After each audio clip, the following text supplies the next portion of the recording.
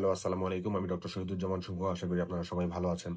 আমরা সবাই জানি যে ডায়াবেটিস একটি ডেঞ্জারাস রোগ। কিন্তু এই রোগটিকে নিয়ন্ত্রণে রাখতে না পারলে এর পরিণতি যে কতটা ভয়াবহ হতে পারে তা হয়তো অনেকেই পুরোপুরিভাবে জানেন না। অনিয়ন্ত্রিত ডায়াবেটিসকে আমি বলে থাকি নীরব ঘাতক। কারণ এটি ধীরে, ধীরে আমাদের শরীরের অঙ্গ-প্রত্যঙ্গগুলোকে ধ্বংস করে দেয়। দীর্ঘদিন ধরে রক্তে শর্করার পরিমাণ বেশি থাকলে বা কার্বোহাইড্রেটের পরিমাণ বেশি থাকলে প্রথমেই ক্ষতিগ্রস্ত হয় আমাদের রক্তনালী।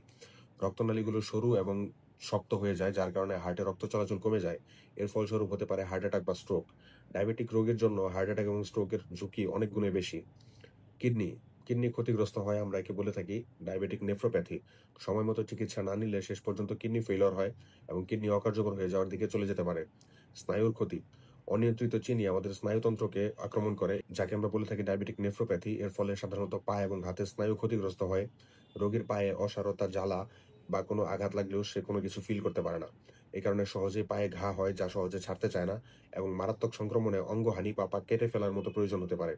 চোখের সমস্যা বা রেটিনোপ্যাথি, চোখের ছোট রক্তনালীগুলো ক্ষতিগ্রস্ত হয়ে রক্তক্ষরণ পর্যন্ত হতে পারে। এর ফলে দৃষ্টিশক্তি মারাত্মকভাবে কমে যায় এবং চূড়ান্ত পরিণতি হিসেবে অন্ধত্ব পর্যন্ত দেখা দিতে পারে। এছাড়াও অনিয়ন্ত্রিত ডায়াবেটিস আপনার রোগ প্রতিরোধ ক্ষমতা কমে যায় এবং ফলে বারবার সংক্রমণ হয়।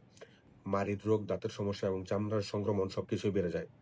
মনে রাখবেন, এই জটিলতাগুলো ডায়াবেটিসের অনিবার্য পরিণতি নয়। নিয়মিত ওষুধ গ্রহণ, সঠিক খাদ্যাভ্যাস, নিয়মিত ব্যায়াম এবং ডাক্তারের পরামর্শ মেনে চললে আপনি একটি সুস্থ জীবনযাপন করতে পারেন এবং এই ভয়াবহ জটিলতাগুলো এড়িয়ে চলতে পারেন। আপনার জীবন আপনার হাতে। ডায়াবেটিসকে নিয়ন্ত্রণে রাখুন। আপনাদের কোনো প্রশ্ন থাকলে আমাদের কমেন্ট বক্সে জানাতে পারেন। আমাদের চ্যানেলটিকে সাবস্ক্রাইব করে রাখুন। ধন্যবাদ। আসসালামু আলাইকুম।